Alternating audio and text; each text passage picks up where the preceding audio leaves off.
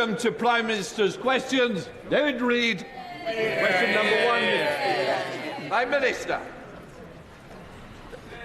Thank you, Mr. Speaker. The senseless, barbaric murder of 3 young girls in Southport was devastating. A measure of justice has been done, but for the victims, the injured and the affected, we must see a fundamental change in how Britain protects its citizens and its children. As part of the public inquiry, Mr. Speaker, we will not let any institution deflect from their failures. Mr. Speaker, next Monday marks Holocaust Memorial Day. Visiting Auschwitz last week only strengthened my resolve to build a national Holocaust Memorial and Learning Centre beside this Parliament. Mr. Speaker, the whole House will also welcome the release of Emily Damari and other hostages from Gaza. We must now see the ceasefire deal implemented in full, the release of the remaining hostages and a surge in aid into Gaza for citizens. Mr. Speaker, may I also welcome Cheryl Corbell, whose young daughter Olivia was murdered in awful circumstances, and her sister Antonia to the Chamber. I've met them twice, and we will change the law so that most serious offenders attend their sentencing hearings. Mr. Speaker, this morning I had meetings with ministerial colleagues and others in addition to my duties in the House. I shall have further such meetings later today. Thank you, Mr. Speaker. Before Christmas, I received nearly 1,000 handwritten letters from pupils at St Peter's Secondary School in Exeter.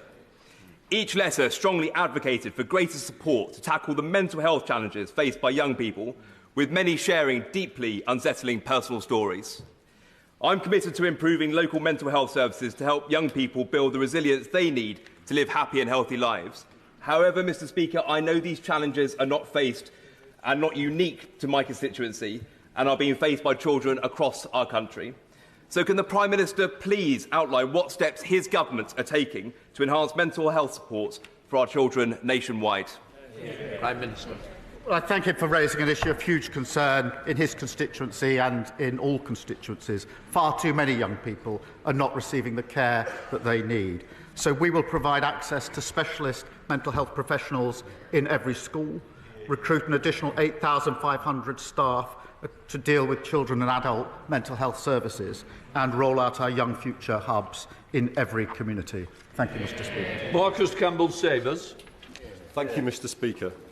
My right honourable friend will understand the importance of farming to the economy of my constituency in Penrith and Solway and Cumbria as a whole.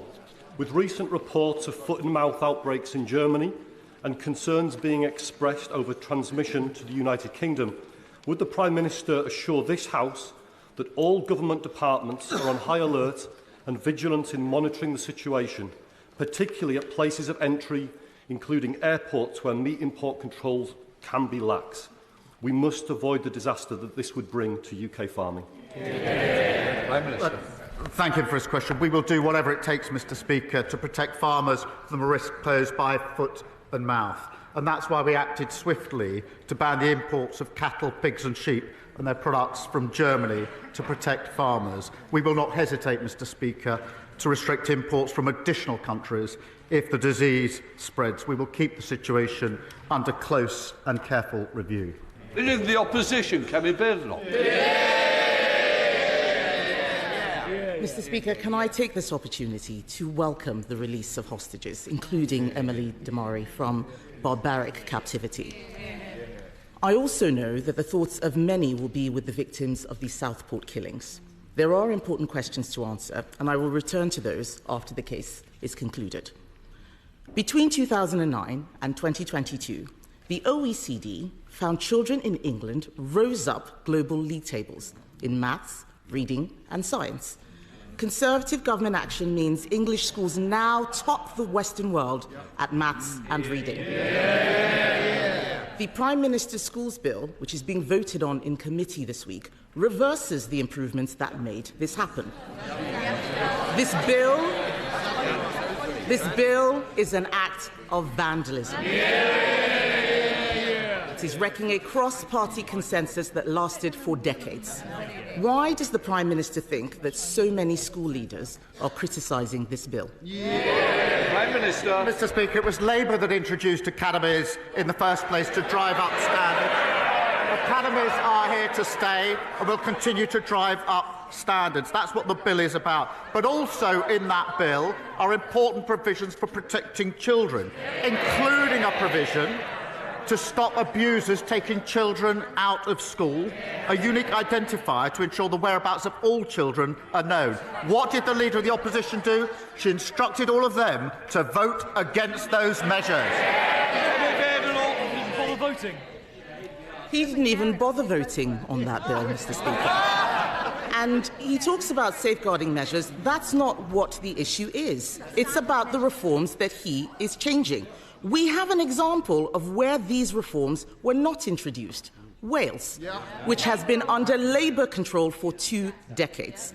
Welsh educational outcomes have tumbled down international league tables. Poor children in England now do better than wealthier children in Wales. This bill denies children the guarantee that their failing schools will be turned into a better academy. It is an attack on excellence, it is an attack on higher standards, it is an attack on aspiration. This bill is the worst of socialism, Mr. Speaker, and isn't it deprived children in England who will pay the price? Mr. Speaker, as I said, we introduced academies, we're committed to them, we're driving standards up. But this bill is important because it also sets up breakfast clubs for the very children that she claims to champion. It limits the expense of school uniform and it puts in place vital protections for children. She has to answer the question, why did she instruct all of them to vote against child protection measures? Mr. Speaker, the Prime Minister thinks that he can distract people from what is wrong with this bill. This is not about breakfast clubs and school uniforms. Teachers and parents will be horrified at just how bad this bill is. Even his own MPs may not realise it, but the bill will cut teachers' pay. It cuts pay for 20,000 teachers. His Education Secretary says there is not a ceiling for pay. They're all shaking their heads. They clearly haven't read the bill. She hasn't read the bill either. Because Clause 45 means teachers' pay will be capped. Did the Prime Minister know that the bill, as it stands, will cut teachers' pay? Mr. Speaker, we do need flexibility in our schools. And if she'd hopped off social media for a while, she would have seen the amendment that was put down this morning to achieve that end. But she says this bill is not about child protection. We had a young child killed who was taken out of a school by an abuser. This bill closes that gap. That is urgently needed. We have children who have not gone back to school since COVID. This bill closes that gap. She can make her points on academies. We can debate academies, but to vote against the bill is a disgrace on all of them. This is nonsense, Mr. Speaker, and the amendment he's talking about does not address this issue. He raises academies. That's exactly what I'm talking about. Like every other parent, I believe all our children should have the best teachers.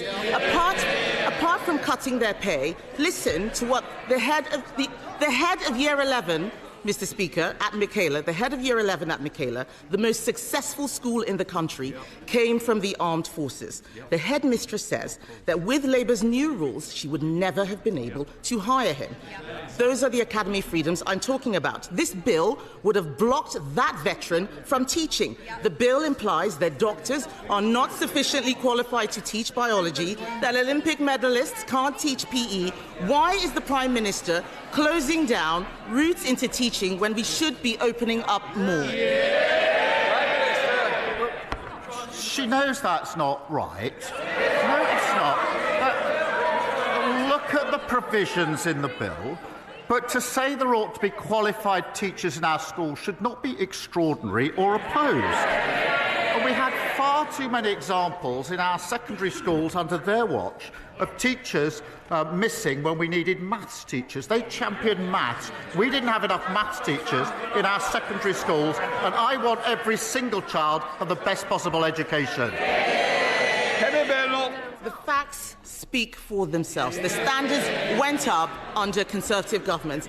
What we need to know is who is benefiting. Mr. Speaker, everyone is asking who is benefiting from these changes. It's not teachers. Their pay is being capped. It's not parents. Their choices are being restricted. It's definitely not children.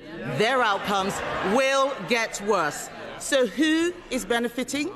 It's the trade unions. The National Education Union sent out a tick list proving that after a decade and a half, they are finally getting their way. Why is the Education Secretary allowing trade unions to run her department and ruin children's education? The bill benefits the children who need the nourishment of a breakfast club. The bill benefits the families that can't afford uniforms. The bill benefits the children who are currently out of school and nobody knows where they are. The bill benefits the children who could be taken out of school by abusers if this bill doesn't go through. She should change her mind and support these vital provisions.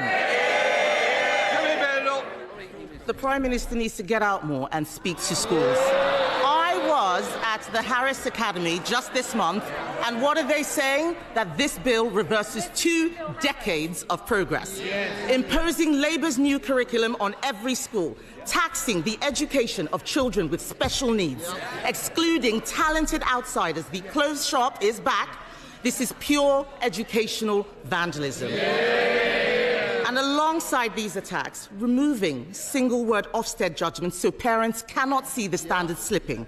It is the same old Labour. Bad outcomes for all children, excellence for none. Mr. Speaker, I know what it's like to go to a school which didn't care about standards. This is a tragedy in the making. The key changes in this bill were not in their election manifesto. Isn't that because he knew parents and teachers would reject them? Parents and teachers know we introduced academies. Parents and teachers know we're driving by standards. We're committed to them. They're part of the future. We will continue to focus on standards. And she talks about special need. She's got a nerve. I don't know. And they know it. Remember, they have asked me questions, these Prime Minister's questions, about the appalling situation of special needs under their watch. We're going to fix that mess like we're fixing every other mess. Thank you, Mr. Speaker. Parents should feel confident that when their child is sick, they can take them to their local hospital to be treated as soon as possible. But last year, when my son was having difficulty breathing, like many parents, I couldn't take him to the Alexandra Hospital in Redditch, as paediatric services were temporarily closed in 2016 and have never been reinstated. As part of this government's record investment into our NHS, would the Prime Minister agree to meet with me to explore ways to enable local integrated care boards to reinstate critical services for growing towns like Redditch? Prime Minister. Well, I thank him for raising this important issue, and I know he's campaigned on it for a very long time. We are putting, Mr. Speaker, a record £25 billion investment into the NHS as part of our plan for change.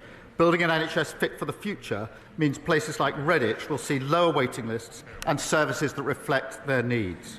Whilst, Mr. Speaker, responsibility over service rests with the appropriate NHS Commissioner, I will ensure that he gets a meeting with the relevant Minister to discuss the issues. Leader of the Liberal Democrats, Sir Ed Davey.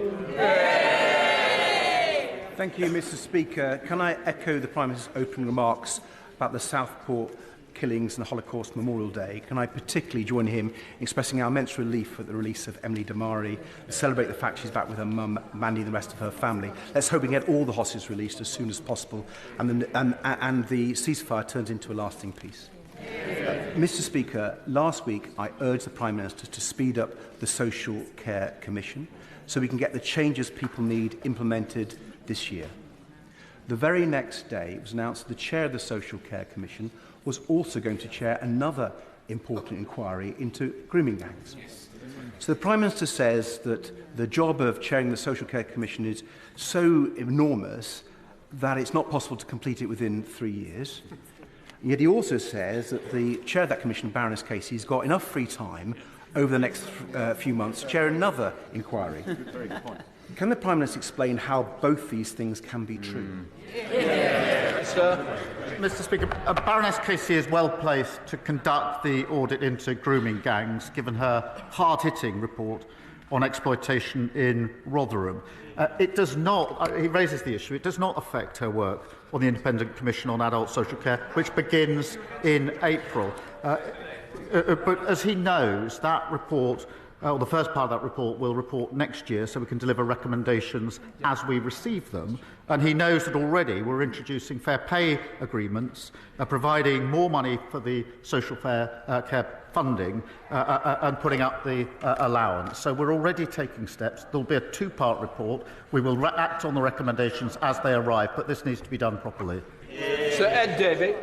I still don't think the Prime Minister is making social care reform the priority that it needs. It's urgent. And so I'm going to keep coming back to this and holding to account. But, Mr. Speaker, turning now to the United States, can the Prime Minister guarantee that he will not sell out Britain's fantastic farmers to Donald Trump in a trade deal that undermines our high food and animal welfare standards in the way that the Conservatives sold them out in the Australia and New Zealand deals? Prime Minister. Mr. Speaker, we will work with the US, we will work with other countries, but we will never lower our standards. Durham Puffey. Speaker, thousands of my constituents across Southampton Itchen have had to put up with years of misery because of unsafe fire protection in their own homes, developers dragging their feet and leaseholders having to foot the bill for mistakes they didn't make.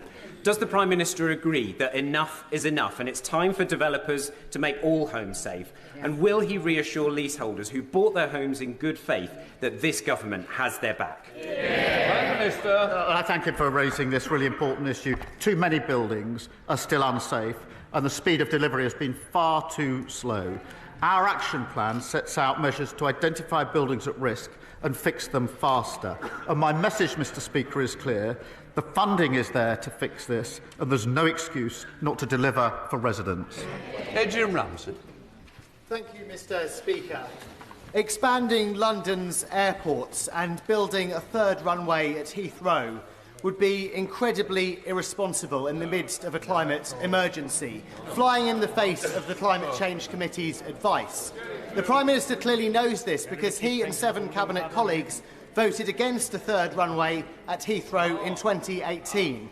So can the Prime Minister confirm what is his position now? Prime Minister. Mr. Speaker, I'm not going to comment on speculation.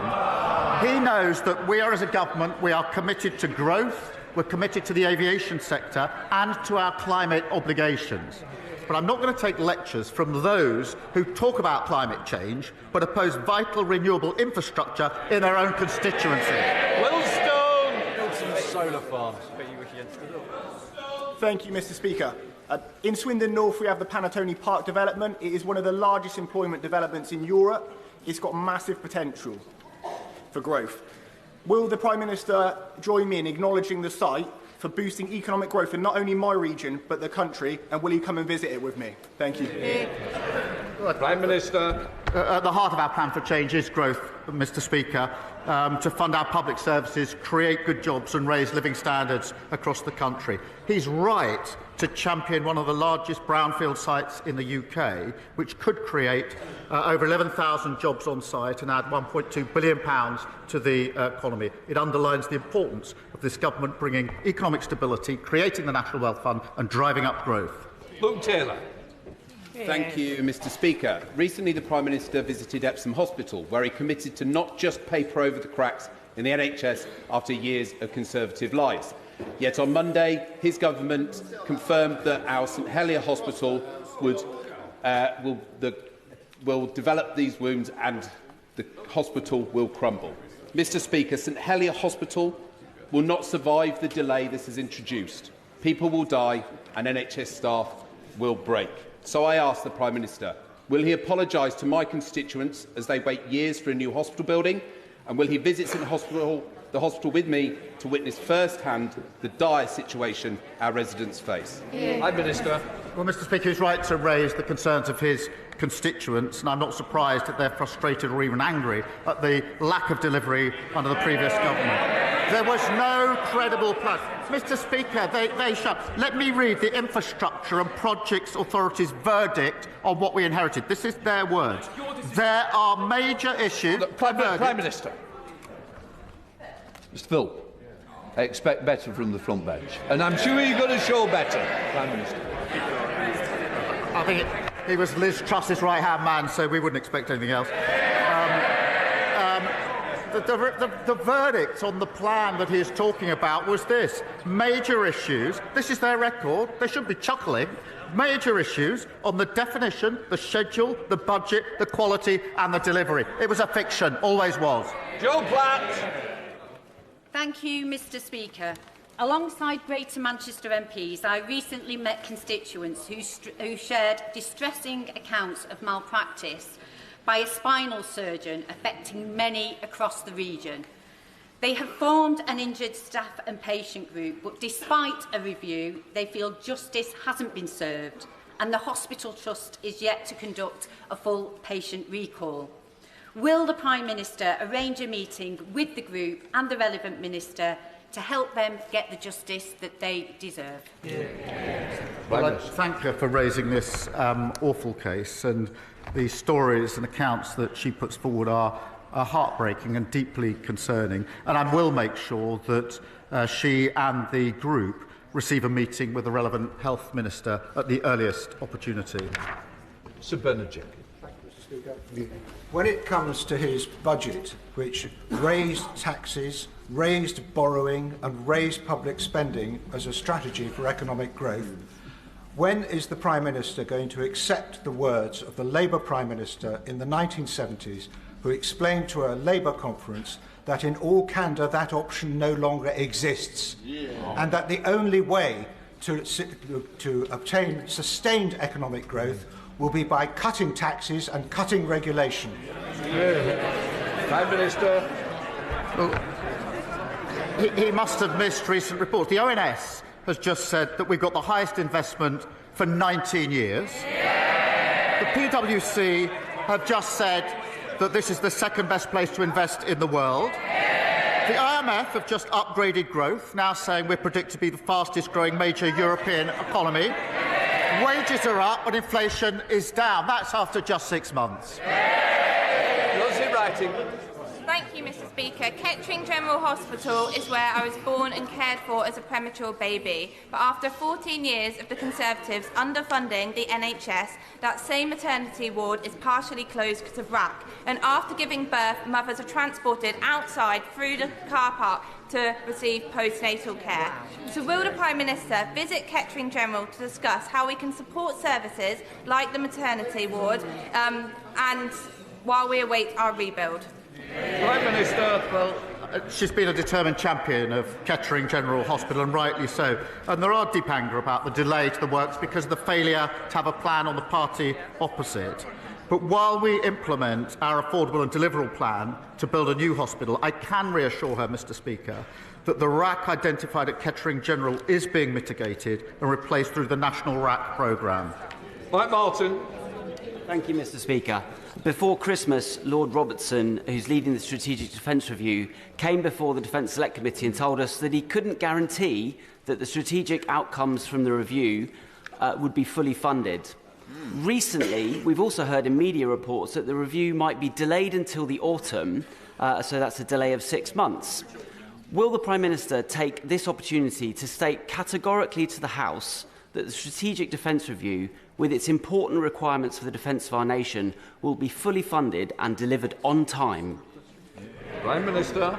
Of course, we're committed to that because this is a serious review into our defence. It needs to make sure that we understand the challenges we face and have the capability to deal with those challenges in the modern era.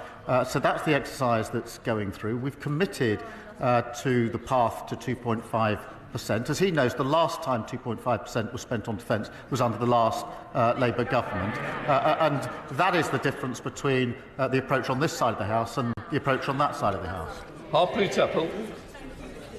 Huddersfield Royal Infirmary has recently reduced its elective waiting list from a high of 4,000 to just 20. Will the Prime Minister join me in paying tribute to NHS staff at my local hospital? Will he ensure that the NHS learns from the HRI's innovative approaches, such as the use of AI for scans and its partnership with Huddersfield University's National Health Innovation Campus? And whilst the Prime Minister does his hospital tour, can I also invite him to Huddersfield to see the transformative work being done? Prime Minister. Look, can I thank her, because the achievements of the hard-working staff at Huddersfield Royal Infirmary prove that you can bring down waiting times through our plan for change. And it is important we're applying that best practice and innovation across the NHS. We must do more. We inherited record waiting lists, and we are now bringing them down. Andrew Snowden. Very much, Mr. Speaker.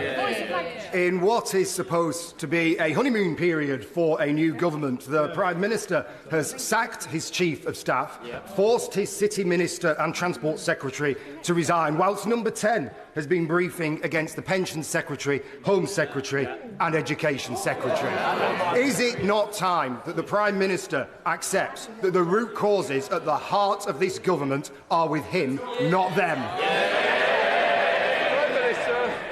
We just won a landslide victory, and we've got a massive majority. We're getting on with the job.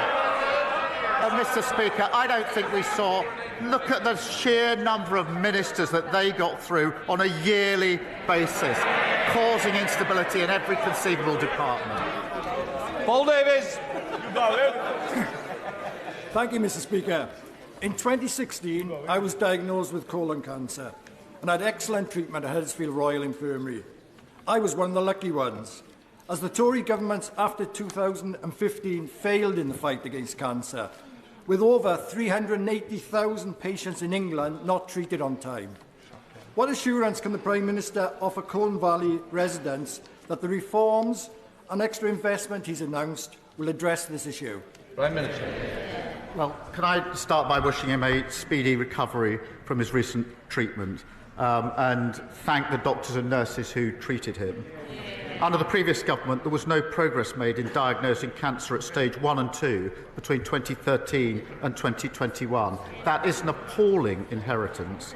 We are spending £1.5 billion on new surgical hubs and diagnostic scanners to ensure cancer patients get the care that they need. Thank you. Mr. Speaker, eating disorders are the mental health disorder with the highest mortality rate. We have 1.2 million sufferers at least. Some are being told that they are now too ill to be treated, yet eating disorders are entirely treatable. Today, the Eating Disorder APPG is publishing its report of how to make eating disorder services fit for purpose. Can I ask the Prime Minister to pay very close attention to that report? Prime Minister. Can I start by recognising her dedicated work and campaigning on this issue for many years. NHS England is expanding eating disorder treatment services, including crisis care and intensive home treatment. And as she knows, the Online Safety Act will prevent children from encountering harmful product content that promotes eating disorders to services. And we will look very carefully, obviously, at the report that is being published and consider its recommendations. Sarah Owen. Thank you, Mr. Speaker. In the past few days, Luton has suffered 2 stabbings, as well as 1 woman murdered, another seriously injured, and a manhunt is currently underway for the suspect. This January alone, there has been at least 12 recorded violent offences in Luton. After decades of being funded as a rural police force, Bedfordshire has had to make do with special grants to tackle serious and violent crime. Does the Prime Minister agree that proper police funding is essential for keeping people in Luton North safe? And will he ensure Bedfordshire Police receive the grants we need to fight crime on our streets?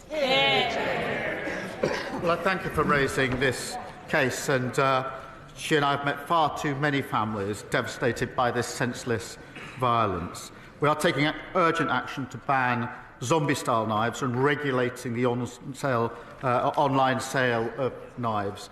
It is unacceptable that these murder weapons can be bought with 2 clicks. technology is there to stop it, and we're going to take action. And on the resources, we're putting an additional 13,000 police into neighbourhood roles and allocating £85 million to Bedfordshire Police in funding to keep her constituents safe. Iqbal Mohammed. Mr. Speaker, may I associate with the remarks from the Prime Minister regarding the ceasefire and the release of hostages, and let's all pray that the remaining hostages on both sides are released as soon as possible. Since the ceasefire in Gaza came into effect, Israeli forces have placed the whole of the West Bank under strict military inspection as part of the Iron Wall operation. The IDF has launched a large-scale offensive operation in the city of Jenin, with numerous drone strikes on the infrastructure and a military raid by IDF troops and special forces in the occupied West Bank. At least 9 people have been killed by Israeli forces and 40 people injured, including several healthcare workers. What steps is the government taking to urgently protect Palestinians, including healthcare workers, and to prevent atrocities in the West Bank? And will he outline the UK's response to the ICJ advisory opinion on Israel's unlawful occupation? Minister. I'm deeply concerned by what's happening in the West Bank, and we've raised it a number of times in the various exchanges that we've had, but I am deeply concerned about it, and we're doing everything we can to alleviate the situation. Sarah Edwards. Thank you, Mr. Speaker. Tamworth Castle, boasting 1,000 years of history, was recently added to the Heritage at Risk Register following my campaign about its future. Despite needing repairs, it provides a unique and valuable learning environment, welcoming both the public and schools to learn about Tamworth's rich history. Will the Prime Minister come and visit Tamworth Castle to see how an 11th century castle is providing 21st century learning opportunities whilst promoting local heritage? Prime Minister. Can I thank you for a kind invitation? I particularly enjoyed Tamworth's recent FA Cup heroics against Tottenham, albeit they didn't quite win. Mr. Speaker, we are committed to protecting our most vulnerable heritage, and I know Historic England is working closely with Tamworth Borough Council to preserve this local treasure for future generations. It's particularly important to continue school visit programmes supporting our mission to get every child the best opportunities in life. Alison Bennett. Thank you, Mr. Speaker. Across England, there are 95,000 students who attend non-academised sixth form colleges. Of those colleges, 32 are currently on strike because the government didn't settle the funding for them back in last summer. I wonder, could the Prime Minister tell me whether he intended to create a 2-tier education system for sixth form students who are the victims of the COVID crisis? Prime Minister. We have put more money into colleges, and it's really for them to deal with these disputes, as she knows. Lee Ingham. Mr. Speaker, from Stafford to Eccleshall to Loggerheads, my constituents are sick and tired of having their properties and businesses devastated by flooding. The last Conservative government did not invest enough in flood prevention measures to stop this from happening. Can the Prime Minister assure me and my constituents that he will prioritise flood prevention investment before the homes and businesses on Sandon Road in Stafford disappear completely into Sandyford Brook? Prime Minister. Well, my sympathies go to her constituents. Far too many are experiencing terrible flooding. I visited there last year and met them, and they talked me through the misery of their experience. We inherited flood defences in their worst condition on record. We are now investing £2.4 million in flood defences to better protect communities, and committed £60 million to support farmers impacted by the extreme weather. Rebecca Smith. Thank you. 2-year mortgages have hit 5%. Borrowing is billions above forecast. Retail sales have slumped. Does the Prime Minister still believe the Chancellor is doing a good job? I thought she was just reading out their last record. Final question, Mount Termin. Thank you, Mr. Speaker. Excuse me. Before the last election, the Conservatives baselessly promised a fully funded scheme to deliver a new Watford hospital, something they have failed to achieve in 14 years. Does the Prime Minister share my frustration and that of my constituents that they unforgivably failed to budget for its construction, and Watford will only get its new hospital built and paid for thanks to the properly planned approach of this Labour government? I'm not surprised his constituents are frustrated. There was never a plan. The funding only ever existed in Boris Johnson's imagination. It was pure fiction and they know it. We have an affordable and delivery plan to build these new hospitals, and that includes Watford General, and we'll be getting on with it. That completes Prime Minister's questions.